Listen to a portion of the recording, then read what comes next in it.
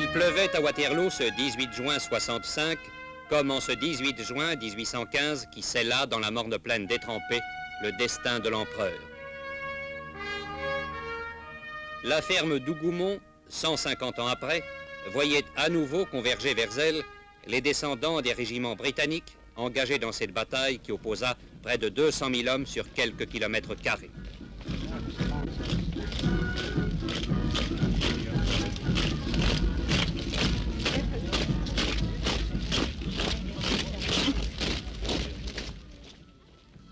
Mais cette fois, ils venaient se recueillir et prier pour les 10 000 tués de part et d'autre et honorer la vaillance de leurs adversaires d'alors devant le monument aux Français.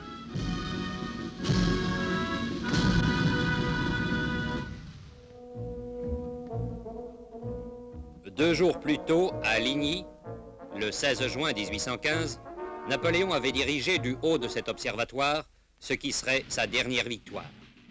Ligny s'est plu à l'évoquer avec une ferveur touchante. Les descendants des grognards de Ligny avaient reçu le droit de porter les décorations de leurs ancêtres. Ils étaient quelques 60 000 opposés aux 95 000 hommes de Blücher.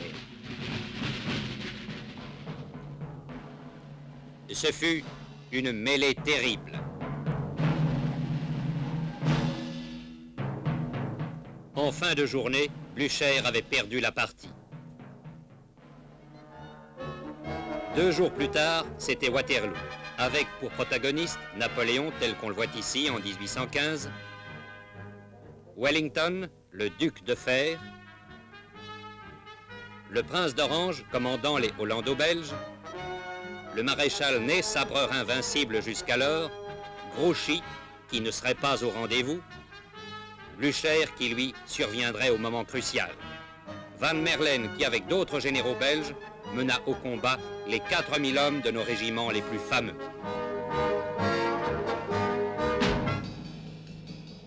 Les historiens militaires ont décrit cette bataille historique. Les peintres l'ont illustrée, la légende s'en est emparée. Blücher et Wellington à la Belle Alliance. Cambronne est le dernier carré de la garde.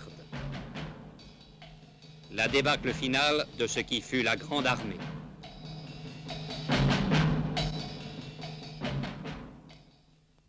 Waterloo, hier champ de bataille. Waterloo serait aujourd'hui plutôt champ de foire, si malgré la commercialisation du site, l'ombre de Napoléon y planait toujours impérialement.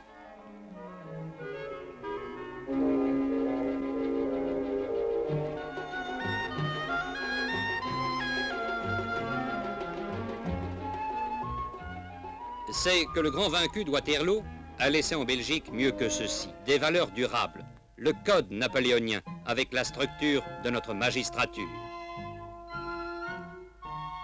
Le franc du consulat et de l'Empire que nous avons repris en 1832, nos institutions administratives, les académies, les lycées, l'expansion moderne du port d'Anvers et des constructions navales,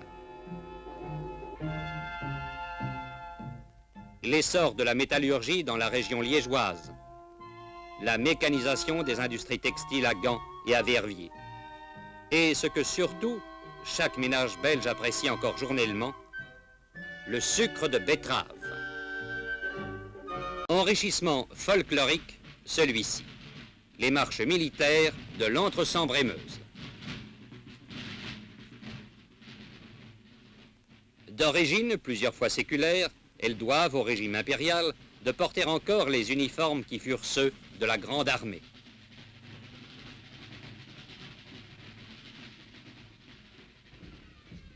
Et revoici, au pied du lion de Waterloo, un siècle et demi après la bataille, un nouveau carré, celui des Britanniques.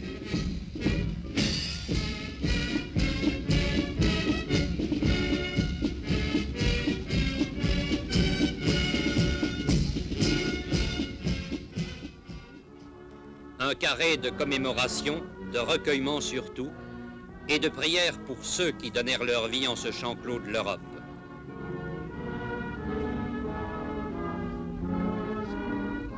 Pour eux, sonna le last pause, le dernier salut aux héros morts.